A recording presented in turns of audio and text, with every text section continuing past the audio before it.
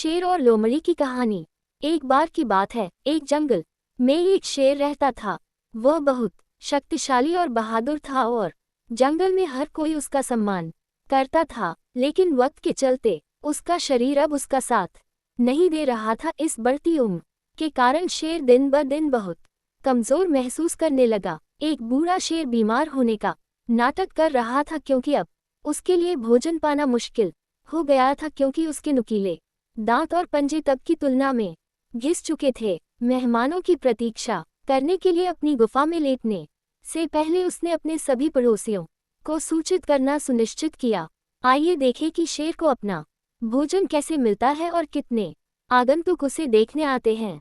एक शेर घने जंगल में घूमता था, लेकिन जैसे जैसे वह बूढ़ा होता जा रहा था, अब वह अपनी पत्नी के साथ अपने घर में बहुत समय बिताता था, मेहमानों का इंतजार करता था। बीमारी के कारण शेर को खाना नहीं मिल पा रहा था, इसलिए वह मेहमानों को खा जाता था जो उनसे मिलने आते थे। एक दिन सुबह सुबह उसकी पत्नी ने उसे बताया कि उसकी सांस बहुत खराब और भयानक है। ये सुनकर शेर शर्मिंदा और क्रोधित हो गया। वह दूसरों से इस जानकारी की पुष्टि करना चाहता था, इसलिए उसने अपनी गुफा के बाहर से 3 अन्य लोगों को बुलाया। भेड़ें पहले आ गईं। भेड़ें, मुझे बताओ कि क्या मेरे मुंह से बदबू आ रही है? शेर ने अपना मुंह चौड़ा करके पूछा। भेड़ ने जवाब दिया, हाँ दोस्त, ये सोचकर कि शेर एक खुला जवाब चाहता है। तुम्हारी सांस किसी तरह से बंद लग रही है। शेर को ये सीधी भाषा पसंद नहीं आई। भेड़ उस पर कूद पड़ी और मर गई। फिर भेड़िए को बुलाया गया। शेर ने पूछा, तुम क्या सोचते हो?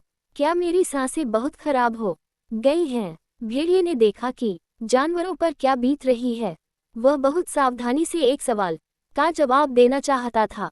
भेड़िए ने जवाब दिया, कौन कहता है कि तुम्हारी सांसें बहुत खराब हैं? इसकी मिठास फूलों की मिठास से तुलना की जा सकती है। जवाब सुनकर शेर गुस्से से दहाड़ा और तुरंत हमला कर दिया, जिससे भेड़िया मर गया।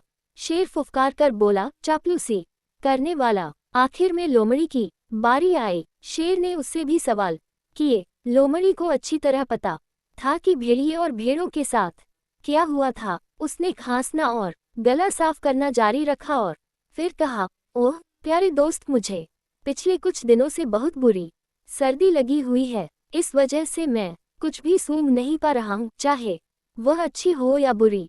शेर ने लोमड़ी को न मारने का फैसला किया। कहानी से सीख। इस कहानी हमें ये सीख मिलती है कि यह हमें बुरी संगत या बुरी स्थिति में नहीं पड़ना चाहिए, अन्यथा हमें बिना किसी गलती के भी सजा मिल सकती है।